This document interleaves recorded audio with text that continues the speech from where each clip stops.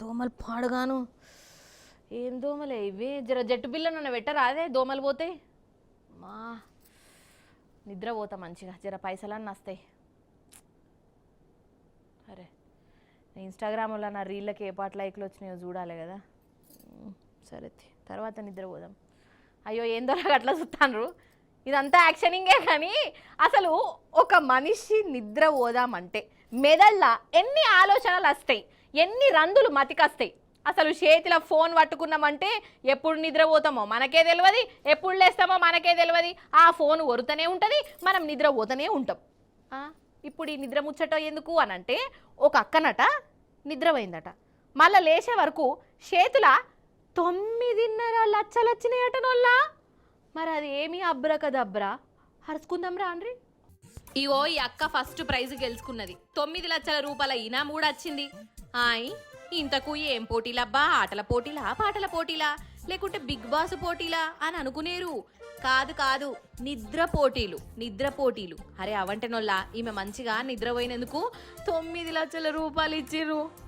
గమ్మత్ కొడుతున్నది కదా. ముచ్చటేంటిదంటే, ఈ బుజ్జవ్వ బెంగుళూరు ఆమె అయితే ఏదో కంపెనీ వాళ్ళు నిద్ర మీద పోటీ పెట్టిర్రు. ఇక ఈ కాలంలో ఎవ్వరు కూడా చక్కగా నిద్ర పోతలేరు కదా. మనిషికి 8 గంటల నిద్ర ఉండాలి, అట్లా ఉంటేనే దిమాకు పనిచేస్తుంది, ఆరోగ్యంగా ఉంటారు అని అంటారు. ఇక 8 గంటలు డిస్టర్బ్ లేకుండా ఎవరైతే నిద్రపోతారో వాళ్లకు 9 లక్షల రూపాయల ఇనాం ఇస్తాం అని కూడా చెప్పిర్రు. ఇక ఇంకేమున్నది, చాలా మంది నిద్ర పోటీ పడ్డరు. లాస్ట్ కు ఇగో ఈ అక్క ఒక్కతే వాళ్ళు చెప్పినట్టు 8 గంటలు కంటి నిండా నిద్రపోయి గెలిచింది.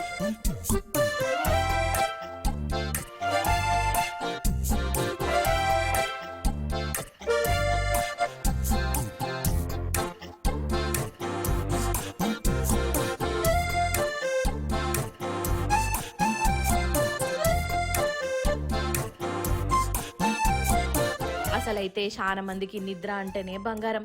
కానీ ఈ కాలంలో ఎట్లున్నది వల్ల అసలు చాలా మందికి నిద్ర అచ్చుడే లేదు. చేతుల ఫోన్లాయే, ఇండ్లల్ల రందులాయే. ఇక యాళ్లకు నిద్ర ఏడబడుతుంది చెప్పురి. అటు మెసులుకుంటా ఇటు మెసులుకుంటా ఎప్పుడో నిద్రపోతారు, మళ్ళీ ఎప్పుడో నిద్రలేతారు. కానీ ఏం ఫాయిదా, పెయిలా మిషన్లు చక్కగా పని చేయవు ఇగో ఇసాంటి నిద్రపోతే. అందుకే అందరూ 8 గంటలు నిద్రపోవాలి అని పోటీలు పెట్టి మరీ ప్రచారం చేస్తాండ్రు. కానీ ఏ మాట కామాటేనొల్ల ఈ అక్కనైతే అదృష్టవంతురాలే పటు.